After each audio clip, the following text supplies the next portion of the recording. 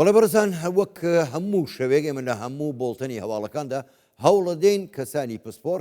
کەسانی شارەزا میوانداری بکەین بۆ ئەوەی قسەی زیاتر و ئێمەش پرسی زیاتر بکەین سەبارەت بە ئەم جەنگەی کە ئێستا لە نێوان ئێران و ئەمریکا و ئیسرائیل هەیە داهاتووی چۆن دەبێت تا چەند درێژە دەکێشێ.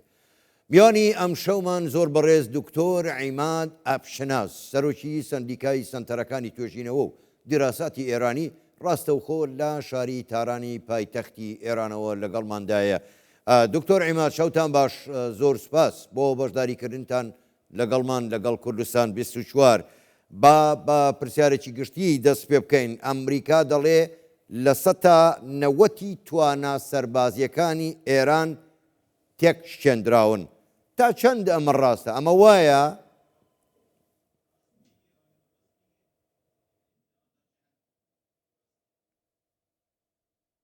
درود بر شما و بر شنونده. سڵاوتان لێبێ، سڵاو لە بینەرانتان. بە دڵنیاییەوە ئەمە درۆیەکی گەورەیە. پێشتریش وتو بۆیانە کە توانای ئەتۆمی ئێرامیان بە تەواوی لە ناو بردووە. ئێستا ئەڵێن هێزی بەرگری موشکی ئێرانیان لە ناو بردووە. ئەگەر لە ناوچوو بێ ئەم موشەکانەی کە ئێستا خۆتان باستان کرد چۆن ئەم ناوچانە و بنکە سەربازیەکانی ئەمریکا کاتە ئامانج بە هیچ شێوەیە ئەم قسانە ڕاست نین و بە بۆچوونی من ئەو ئامانجانەی کە ئەو شوێنانەی کە لێیان دراوە تقریبان 5 لە 100 یا 6% توانای موشکی ئێران نییە. من ئەتوانم بڵێم زیاتر لە 95% موشکی ئێران وەکو خۆیەتی تەکنیکێکی بەکارهێناوە ئێران کە نزیکەی 1 ملیۆن لە شوێنەکانی جیاوازەکانی ئێران دایاننا و موشک هاوێژەکان و تانک و دەستڕۆکەیان دانا و بۆیە نەیانتوانیوە هەمووی. زۆر باشە دکتۆر عیماد، ئەگەر سەرنج بدەیت ینی ئەوەی کە هەواڵەکانیش باسی دەکەن دەڵێن هێرشەکانی ئێران لە چاو ڕۆژانی ڕابردوو وەک سەرەتای جەنگ هێرشە موشەکیەکانی کەمتر بوونەتەوە. من دەمەوێت بزانم هۆکارەکەی چییە؟ کەمبوونەوەی موشەکەکانە یاخود ئەمە سیاسەتی ڕێبەری نوێی ئێرانە؟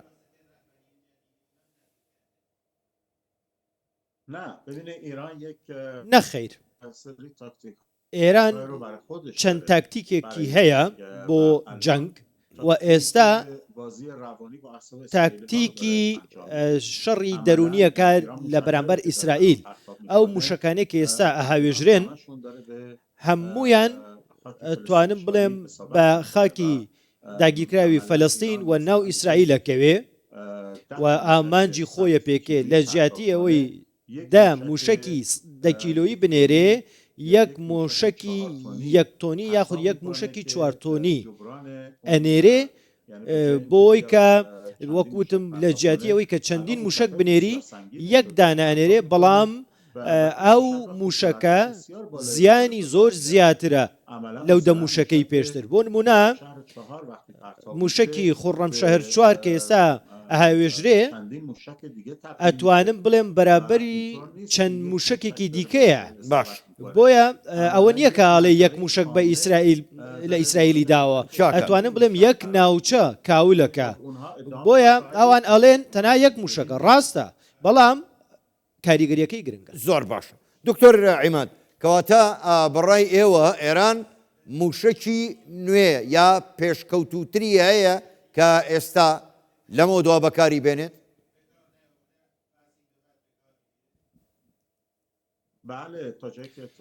بەڵێ تاو کە شوێنەی کە من ئاگادارم ئێمە ئێران هەیەی، بەڵام چاوەڕێی باش دەرفەتێکی گونجاو بۆی کە سوودیان لێ ببینێ. خۆتەزانی کە ئێران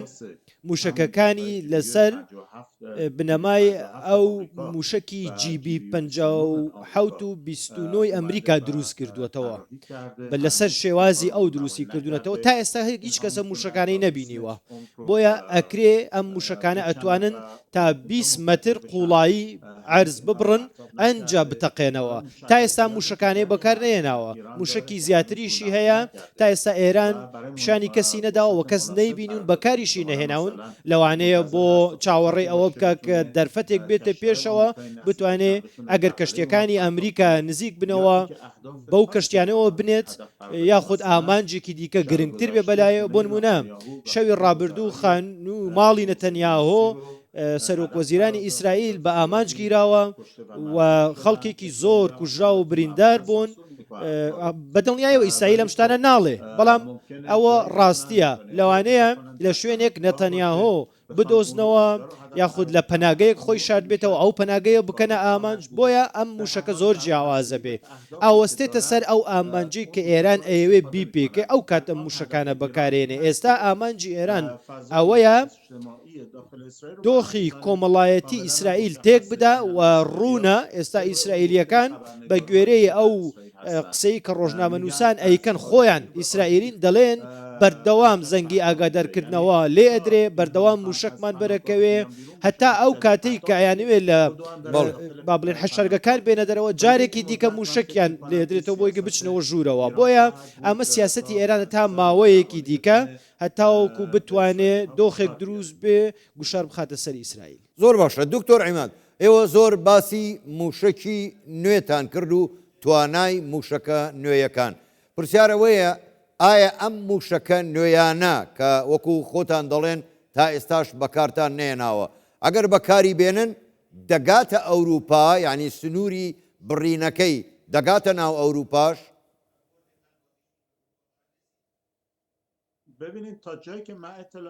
هەتا ئەوەنەی کە من ئاگادارم مەودای موشەکەکان ئێران 2000 کیلۆمەترە تا 2000 کیلۆمەتر ئەگا و ئامانجی خۆیە پێکێ بەڵام من پێم وان نییە ئامانجەکە ئەوە بێ ئەم موشەکانە بەڕاستەی گروپەکان بکە یاخود ئەوروپیەکان بکە ببوورە تاکە وڵاتێکی ئەوروپی ڕێگەی داوە ئیسرائیل لە خاکیەوە هێرش کاتە سەر ئێران قوبرز بووە کە یەکێک لە با بڵێن فڕۆکەخانەکانی لە دەستی بەریتانیایە لەوانەیە تەنها ئەو فڕۆکەخانەیە بکرێتە ئامانج ئەگینا وڵاتانی دیکەی ئەوروپی ئەگەر بەشداریان نەکرد بێ هیچ پاساوێک هەڵناگرێ ئێران هێرشیان بکاتە سەر. باش دکتۆر عیماد بۆ خۆشت باش دەزانی ئەنی هەموو جەنگێک دەبێ بە دانوستان کۆتایی بێ بەڵام پرسیارەکەی من ئەوەیە ئایا هێشتا کەناڵی پشت پەردە بۆ گفتوگۆ و دانوستان ماوە یاخۆت هێشتا زمانی چەک هەموو شتێکی تێپەڕاندووە بواری نەهێشتۆتەوە بۆ دانوستان؟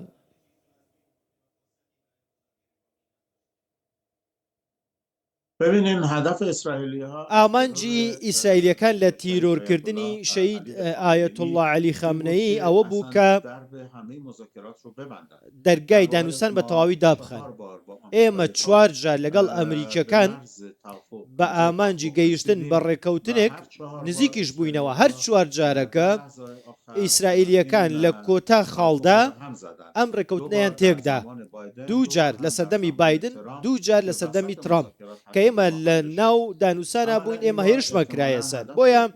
ئامانجی ئەوان لە تیرۆرکردنی شەید خامنەی ئەوە بووە کە هەم دەرگای دانوستان بە تەواوی دابخرێت چونکە ئیتر ناکرێ هیچ سیاسەتمەدارێک لە ئێرانە ئامادە بێ ڕێکەوتن لەگەڵ ئەمریکا بکە تا ئەو شوێنەی کە من ئاگادارم باس لەوە ئەکرێ کە رووسیا ئێستا لە هەوڵایە بۆی کە نێوەندگیری بکە هەندێک وڵاتی دیکە هەن هەوڵیان داوە نێوەندگیری بکەن ئیتالیایە سەڵتەنەی عومانە ئێران قسەی زۆر ڕوون و ڕاشکاوە ئەوەی کە ئێران ئەیەوێ ئێستا کە ئەمریکەکان ئەو شتەی ئەیخەنە سەرمێز ئاگربەستە دوای وەکوەوەی کە شەڕی 12 ڕۆژە کە ئاگربەستیان ڕاگەیان ئێران ئەم شتە قوبوڵ ناکە چیتر ئێران ئەمە قوبوڵ ناکە و مەرجی هەیە گرنگترین مەرجەکانیشی ئەوەیە یەکەم ئەبێ کۆتایی شەڕی هەمیشەی و ئاگربەستی هەمیشەیی بێ دڵنیایی لە کۆمەلگای نێودەوڵەتی لە ئەنجومەنی ئاسایشەوە لە نەتەوەی گرتوەکانەوە بدرێت و ئەمان بەڵێن بدەن کە ئیتر ڕێککەوتنی هەمیشەیە و جارێکی دیکە هێرشێکی دیکە لە لای ئەمریکا و ئیسرائیل و ناکرێتە سەر ئێران و دەبێ ئەنجومەنی ئاسایشی نێودەوڵەتی ئەم هێرشانە ئیدانە بکە هێرشکەرەکان سزا بدە و قەرەبوو ئێران بکرێتەوە نەتەنیاهۆ بدرێتە دادگای نێودەوڵەتی بە کۆی ئەو تاوانانی لە فەلەستین و لە ناوچەکە و لە تیرۆرکردنی شەهید خامنەئی کردوویەتی دەبێت دادگایی بکرێ و ئیسرائیل بەڵێنی لێوەربگیرێ کە ئەم هێرشانەی کە بۆ سەر وڵاتانی دیکە لە ناوچەکە دەکات چیتر دووبارەیان نەکاتەوە ڕایان بگرێ و بەر بە ئێران بگیرە نە بە لوبنان نە بە عێراق نا یەمان بۆ هیچ شوێنێکی دیکە ئیسرائیل هێرش نەکە بەرحاڵ هەتا ئەو کاتەی کە بابەتی فەلەستین چارەسەر نەبێ ئەم ئاڵۆزیە لە ناوچەکە هەر بەردەوامە بێ دەبێ ڕێگایەک بۆ چارەسەری دۆزی فەلەستین بدۆزرێتەوە ئەوەی کە ئێران خستوێتە سەرمێز داوای کردووە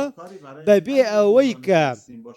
هیچ شتێک چارەسەرێک بۆ دۆزی فەلەستین بدۆزرێتەوە هیچ شتێ سەر ناگرێ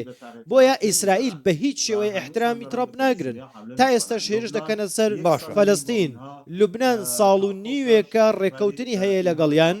بەڵام ئەمە پێشێلەکەن هێرشەکەنە سەریان سەدان لوبنانی شەهید بوون و زیاتر لە 40,000 هێرش کەوتە سەر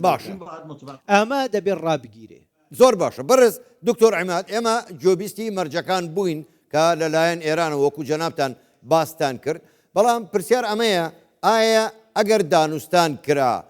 ئەمریکاش مەرجی هەیە دەڵێ نابێ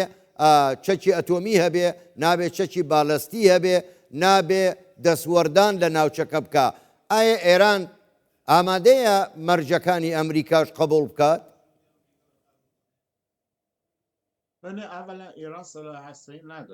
ئێران بۆمبی ئەتۆمی نییە ئەوەی کە ئەمریکا بانگەشەی بۆکە لەلایەن ئاژانسی نێودەوڵەتی وزەی ئەتۆمەوە ئەم قسەی ئەمریکا ڕەت کراوەتەوە سەیری چاوپێکەوتنەکەی گرۆسی بکەن کە بەسی لەگەڵ CNN و BBC چەند ڕۆژێک لەمەوە بەر لەگەڵ CNNیش چاوپێکەوتنی هەبووە تاکیدی لەسەر ئەوە کردوێتەوە یەک شتیش نەدۆزراوەتەوە کە بیسەلمێنێ بەرنامەی ئەتۆمی ئێران بۆ جەنگە بۆ خراپەیە لە ڕووی موشکیەوە هیچ کات ئێران ئامادە نییە دوای ئەو شەڕەشکە دروست بۆ سەری هەڵداوە لەبارەی هاوکاریەکانی ئێران بۆ گروپەکانی ناوچەکە ئامەش قسە هەڵ ناگرێ چونکە هیچ کەسێک ناتوانێت بێ بە ئێران بڵێ ئێوە نابێ هیچ پەیوەندیتان لەگەڵ هیچ کەس و وڵات و گروپێکە بێ لە ناوچەکە ئەمە مافی ئێرانە سیاسەتی ئێرانە بۆیە لە کۆتاییە ئێران ئەوەی کە پێشنیازیەکە ئەوەیەکە داوا لە هاوپەیمانەکانی بکە بە هاوکاری لەگەڵ وڵاتەکانی خۆیان بکەن گروپەکانیان ڕێککەون لەگەڵیان بەڵام ئەوەی کە ئێران پەیوەندی لەگەڵ هیچ کەسێک نەبێ ئەمە قبولکراو نییە ئێران لە ناوچەکایە و وڵاتانی دیکەش هەن لێرە پەیوەندی دوولایەنە هەیە پەیوەندی چەند لایەنە هەیە زۆر ئاساییە ئەمە چەندین سەدەیە ئێران کە پەیوەندیان لەگەڵ خەڵکی عێراق هەیە و عێراقیش پەیوەندی هەیە لەگەڵ خەڵکی ئێران ئێستا ئێوە لە کوردستان چەند بەشێک لە خەڵکی کوردستان هەندێک لە عایلەکانتان نیوەیان لە عێراق نیوەشیان لە ئێرانن لە خوزستان من خۆم دایکی گەورەم نەنکم ئێرانیە لە کاتێکە کە خزمەکانی لە عێراقن ئامۆزاشن بۆیە ئەمە لە سەردەمی سایکسپیکۆتەوە ئەم خەریتانە دیاری کران و ئەم وڵاتانە دابش کران نیوەی بنەماڵەیەک لە عێراقە نیوەی بنەماڵەیەک لە ئێرانە تۆ ناتوانانی بە وڵاتانی ئەم ناوچەیە بڵێ ئەم پەیوەندیتان بپچڕێنن زۆر باشە دکتۆر عیماد لە کاتێکدا ئێران لە جەنگدایە لەگەڵ ئەمریکا و ئیسرائیل ڕاستەوخۆ لەگەڵ ئەو دوو زلهێزە لە جەنگدایە بەڵام زۆرێک لە وڵاتانی کەندا و دەکرێنە ئامانج لە کاتێکدا ئەوان هەوڵی نێوەنگیریان دەدا بۆچی ئەوان کراونەتە ئامانج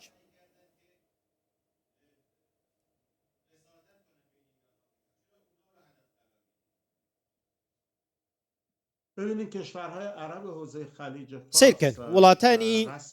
ئەو وڵاتانەی کە لە ناوچەکان ئەوانەیە کە لەسەر باڵێن خەلیجی فارسن وتویانە ڕێگە نادرێت خەڵکی ئەوان دژی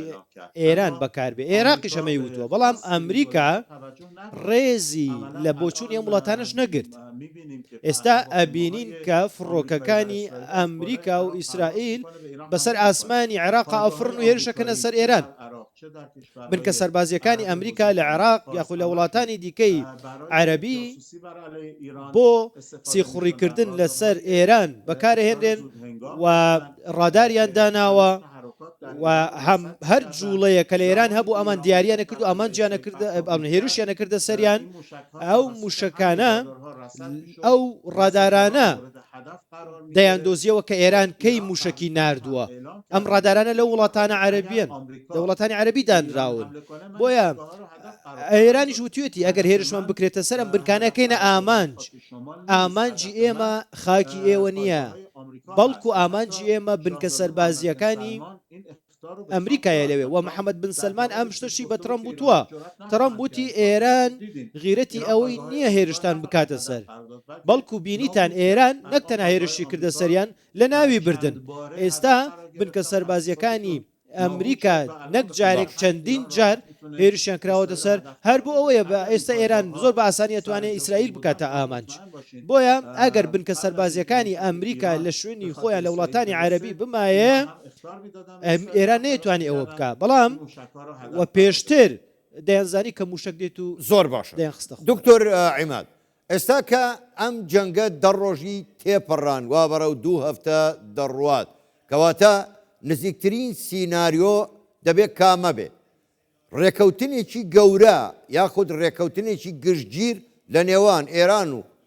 لەلایەک ئێران ئەمریکا ئیسرائیل یاخود تەقینەوەیەکی بێ کۆنتترۆل کە تەواوی ڕۆژهەڵاتی ناوەڕاست و ڕەنگە وڵاتانی دیکەش بگرێتەوە